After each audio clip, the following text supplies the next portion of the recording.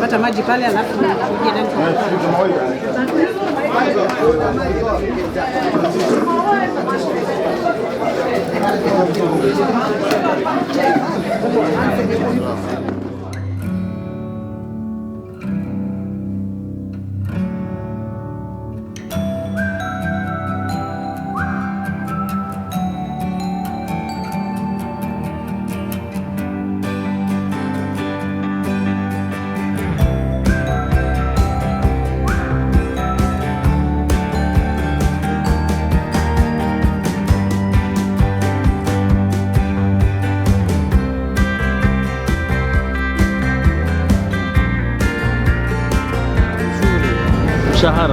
Mshahara yetu itengenezwe vizuri, packages itengenezwe vizuri.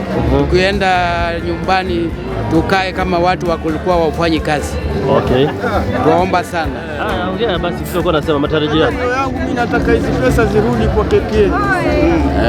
Pesa siende kwa insurance. Unajua mimi kwa kweli matarajio yangu katika hii AGM natarajia labda pengine tutaambiwa zaidi manufaa zaidi wakati wa nikistaafu. Ushaona, maanake kama wengine sisi tumbakisha miaka kidogo, nabakisha miaka 5. Kwa mfano nilikuwa nikichangia pension 2, sasa nilitolewa katika ile pension scheme nyingine, nimewekwa katika pension scheme nyingine. Pengine pia nataka trustee watuelezee wale ambao walikuwa tunachangia pension 2, scheme 2, na sasa tuko kwa hii moja. Je, wanatuahidi tutakuwa pesa zetu zile za kule nyuma tutazipata? Mimi ni kusikia vile pesa zetu zinawekwa na hiyo mambo ya digital ambayo imetufurahisha, ambao utakuwa hata ukiwa uko nyumbani utakuwa unaweza kuview status zako za vile ziko. Kwa hivyo nashukuru na nasema pongezi kwa kazi yote. Mimi kwa uhakika hii AGM zinafanywa na zina faida kubwa sana. Kwanza tunashukuru Mungu kwa kipindi hichi tulichonacho, tumepata matrustees ambao wanazingatia sana mambo ya wafanyikazi. Ukiangalia ile miundo ambao wamekuja nao ni miundo ambao ni mizuri sana. Kwa hivyo tunatarajia tusiwe tunakuja tu hapa na kuondoka. Tuwasikilize, tuwaulize maswali matrustees wetu. Kwa hayo yote naombea AGM njema na siku njema inshallah. Asante sana. Asante. Karibu sana.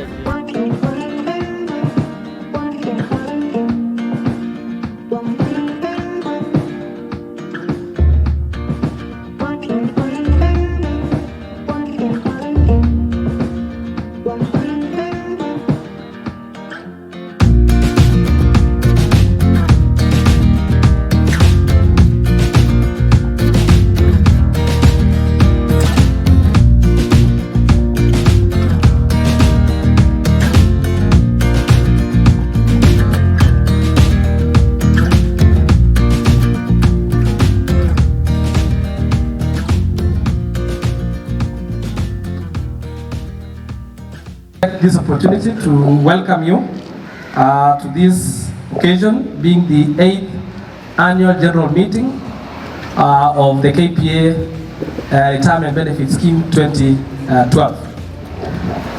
This AGM is for the year ended 31st December 2021, and we are basically, or the board is basically reporting to you the affairs of that year. Before I continue, my name is Bernard Tibet. I'm the acting scheme administrator for the scheme. Chair, you'd allow me to introduce the guests who have joined us this morning. And I would like to start from Mohammed Khalid Abdi from Gen Africa. He is our fund manager. Next to him is Gaston Mukunu from Cooperative Bank. Next to him is Kabebere from Cooperative Bank. He's the head of custody at Cooperative Bank. I'll go back. We have Sami Sanga. Sami Sanga is our auditor from Mokua Onwonga and Company. We have Richard Muridi. Richard Muridi is our fund manager from ICA Lion Asset Managers. We have Benjamin again with us from Kenindia Asset Managers. The scheme has 3 fund managers because the fund is quite big. We have Lewis Rapando from Zamara Actuaries, and of course we have, not last but not least, we have John Bosco Gicheo from the Retirement Benefits Authority. So members, those are the providers who are here with us this morning. They are the ones who have been in charge on the investments of your fund for the year that we are bringing the report to you. Again, members, the people who have t-shirts similar like this of mine are your staff, that's secretary staff who are domiciled at Cannon Towers on 7th floor. So they are all from the office of the scheme administrator, but they are heavily involved at the registration desk. Chair, again, if you'd allow me to read the notice of the AGM, an agenda so that we can be able to adopt and make progress. Equally, members, the agenda notice is projected on the screen behind me. I would read. Notice is hereby given that the 8th Annual General Meeting of the Kenya Post Authority Retirement Benefit Scheme 2012 will be held on Friday, 9th December 2022 at 9 a.m. at Mbaraki Sports Club. All active and deferred members of KPA Retirement Benefit Scheme 2012 are requested to attend the Annual General Meeting to transact the following business. 1, of course, reading the notice and agenda, which I've ably done. Opening of meeting and introductions, which will be done by the chairman. Consideration and adoption of the minutes of the last AGM. Reports by the chair of the Board of Trustees. We will also receive remarks from the MD. We will also receive a presentation from the auditor with regards to the financial statements for the year 2021. Item number 7, we will also receive investment reports from the fund manager. We will receive custodial report from the custodian. We will receive presentation on structure of benefits from the scheme actuary. We will also receive a presentation from the Retirement Benefits Authority. We will have an agenda on remuneration of trustees. We will give you an opportunity to ask questions and answers. And then basically we will close with a vote of thanks. So members, that is the agenda for the day. So I will therefore request, and the agenda given here, members, is standard. It's required by law. This is a standard agenda by law. So there are no additions on this agenda. So I'll therefore request a proposer and a seconder so that we can make progress quickly. Good morning. My names are Fatuma Juma Mbule. Na propose. Thank you so much, Fatuma Mbule. We need a seconder. Good morning. Good morning. My name is Takwin. I propose. Thank you. Takwin has seconded. So, Chair, Board of Trustees, so with that, I would welcome the Secretary of the scheme, Vincent Awea, to take us through the minutes of the last AGM. Thank you. The Chairman, the representative of the MDKPA, Board of Trustees and members, good morning. My name is Vincent Awea, and I'll be taking you through the minutes of the last AGM meeting. That was our 7th annual AGM that was held on 17th December 2021 here at Mbaraki Sports Club, Mombasa. And with the chair's permission, I would begin. The meeting was called to order at around 9:30 a.m. and we began with the preliminaries. It was confirmed that the quorum was adequate to transact the business of the day. We then proceeded to read the 7th AGM notice, which was duly adopted without, and the notice together with the agenda, which were duly adopted without any alterations. From there, we proceeded to read and adopt the minutes of the 6th Annual General Meeting, which had been held in the year 2019. The motion to adopt the minutes was moved by Madam Emily Chamba and seconded by Mr. Dickson Kibagendi. From there, we received a skit by the peer educators. It was in some sort of edutainment, where it was in form of entertainment while educating at the same time. The skit highlighted the following issues. The first issue that was highlighted was the issues relating to insurance and its role in retirement benefits. Through the skit, the peer educators demonstrated that annuity was an option provided for in law. It was explained that the alternative to annuity was income drawdown, which the scheme was in the process of setting up. It was further clarified that insurance companies were merely service providers in the provision of annuity. The next issue that was highlighted by the skit was the importance of nominating beneficiaries. It was indicated and demonstrated that retirement benefits do not part of an estate of a member, and therefore in case of a demise, then the duty to distribute and allocate those benefits would be decided by the trustees, and this could be avoided in scenarios where members properly filled their nomination of beneficiaries. The skit also highlighted on the importance of post-retirement medical fund, as well as the need for members to participate in scheme affairs and activities such as member education. From there, we received an opening address by the trustees. The address was given jointly by Trustees Emma Okello, Trustees Geoffrey Kavate, and Trustee Musa Huka. They thanked the members for attending the meeting in large numbers and explained the role of trustees in administering their retirement benefits. We then proceeded to receive the chairman's address. The chairman took cognizance of all the guests that were present, including the representative of the managing director of the Kenya Ports Authority, the representatives from the regulator, as well as our service providers. He also thanked the members for showing up in large numbers. He then proceeded to give an overview of the scheme's administration, indicating that as at that time, there were only 4 trustees and there were 2 vacant positions within the Board of Trustees. He relayed a request to the sponsor to move with haste and fill that gap. He gave a brief overview of the contribution rates within the DC scheme, which was explained to that it comprised of 20% of the employer's contribution and 10% of the employee's contribution. He gave a snapshot of the membership within the scheme and indicated that the membership of the scheme as of 31st December 2020 stood at 5,746 members. This was a reduction from 6,169 as of 31st December 2018. The reduction in membership was attributed to, among others, exit of employment, including the chair then proceeded to inform the members of the scheme's fund value. He explained that the fund value continued to grow steadily, and as at December 31st, 2020, the scheme value had increased to 14.2 billion.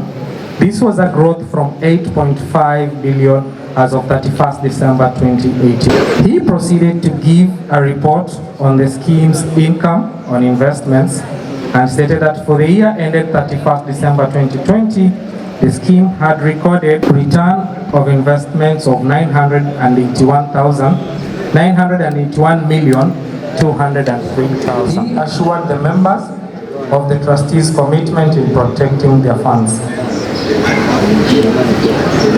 We then proceeded to receive the address on behalf of the KPA's Managing Director. The address was presented by Mr. Vincent Sidai, who was representing the MD on the day. He thanked the trustees for holding the AGM as well as administering the scheme in a good manner. He also pledged on behalf of the authority the sponsor's support to ensure that the members' welfare are protected within the scheme. He closed by expressing confidence in the leadership of the scheme and at the able chairmanship of Trustee Salim Kumaka. From there, we received a report on the audited financial statements for the year that ended 31st December 2020. The presentation was made by Mr. Said Salim from the firm of Mukua Onwonga, who are the scheme auditors as of that time. A summary of the report can be highlighted as follows. The net asset of the scheme stood at 14.2 billion as opposed to 11.7 billion in the year that I Excuse me. This was an increment of about 2.5 billion. With respect to income, it was reported that the scheme's income over the period ending 31st December was 981 million. On expenses, it was reported that the scheme had reduced its expenditure from 50.8 million in 2019 to about approximately 36 million in the year ended 2020. He proceeded to give a statement of the changes in their assets available to benefits. From there, we received a report from the school's fund manager, which was presented by Mr. John Julius and Mr. Lam. He began by explaining the role of fund managers, which is summarized as follows. The advisory role, ensuring that they provide advice to the trustees on available investment options, fixed income, regional use bonds, commercial purpose, among others. He also indicated that it was their role to invest state assets according to approved investment policy and in line with applicable rules. He also summarized that it was their role to conduct market research on various asset classes and securities available for investment. He closed by stating that it was their duty to report not only to the trustees but also to members during AGMs such as this one. He proceeded to give a macroeconomic review within the country and locally.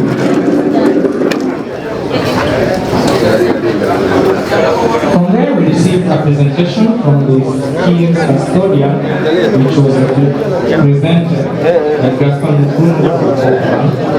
He also began by explaining the role of the custodian within the scheme.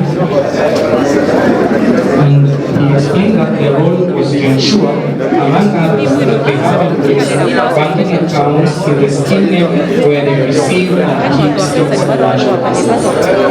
He also stated that it was their role to ensure that all proper investment instructions were received from the fund managers are promptly settled. He proceeded to state that it was their role to ensure that proper books and records of accounts are kept. He finished by saying that it was their role to ensure that benefits payment in favor of existing members are processed promptly. We also received a report from the scheme's actuary. The report was presented by Madam Laila Shikeli from Samara Actuaries. She began by explaining the role of an actuary within the scheme. The roles can be summarized as follows: to assist in preparations to its benefit. We need another mic. We need another mic, please. Hawa watu wako very punctual. Mimi na hakika saa hizi itakuwa mkutano tayari. Sasa tufanye bidii wewe tuzetu. Maana kama ni wale watashikilia basi kila mtu sijua leo kuna ATM bana. Wanafikiri kumama kusomba ndio anataka kuona kule kwa ATM. Kwa hiyo hata usiwe na wasiwasi. Mwanadamu nyinyi sio na kwa ATM na ATM ile pension ile ya DC. Mnafanya nini sasa? Sipenda kusikiza, si mkutano. Masikiza nini tena, hamna kazi? Hamna kazi, ama hamna pesa, semeni mwambia. Pesa za nini sasa? Kwani kwenye mkutano pamoja na meeting? Ile moja wewe. Mwenda fanya kitu gani? Nini jamaa, mbona unawadharau? Kuna mambo mapya ama ni yale? Mambo mapya yako, sisi tushapata habari. Nasikia wale kuna mambo mazuri safari kupanga. Kwa hivyo bana, twendeni tukasikize mkutano. Wachani madharau. Pesa si kitu. Wanafikiri mimi naenda kule kwa sababu 1000. Mimi sina waya bana. Ya kawaida unamzoea au unachana naye. Kwa hiyo katika pesa na pesa. Wewe loti acha kudanganya mwenzio bwana. Twendeni mkutanoni tukasikie mazuri nani. Alafu kisha pale ndio marudi. Wajua wale trustee wetu. Sisi trustee wa kwetu. Nini kisha mwendea kwenye mtandao mkianza kutafuta watu majina. Twendeni mkutano na cheni mchezo wenu bwana. Watu waambiwe information is power today. Lakini sidhani kama anaweza kafika huko kwenye mkutano. Kwa nini? Mbona sasa? Habari zenu jamaa. Baba. Kwani kuna nini hapa? Mbona madudu Sasa tuna Shafika hapo shaandikisha jina, mimi nangoja tenga tu kwa sasa nenda makufagia kwenda kuchoma mara, mimi nangoja tenga na sina fuliza bado. Weekend ndefu. Signature. Yaani jamaa hivi mwakimbia mkutano kwa sababu hebu njoo wewe bana, hebu wacheni hizo dharau bana, si vizuri. Hebu jamaa tusikize ni mambo. Huu mkutano ni muhimu. Huu mkutano ni muhimu, twende tukasikize. Musa bwana hatukusikizi. Huyu achana naye, alikuwa kuna fuliza lakini ashatengenezewa. Amepigiwa Osman, asimu amepigiwa na Musa, akamsambazia. Sasa wataka wapi? Musa gani wewe? Musa huka. Yaani Musa huka atapeana pesa kwa watu wangapi? Mbona jamaa mna maneno? Yaani Musa huka ana pesa za kukaa kupeana watu tu wenyewe. Utajaza. Ngoja kujibu. Ana pesa kama mzungu mazee. Huyo Musa. Sikiza bwana. Wewe fikiria tangu alipoanza hata si unisikize basi mwanzo. Wewe fikiria juzi wankaa 1500. Ile nyingine 1500. Wewe fikiria pesa ngapi? Wacha alikana. Hebu sikiza wapi. Ile GM iko pale kwa sababu yetu sisi. Yale mambo yatapitishwa pale.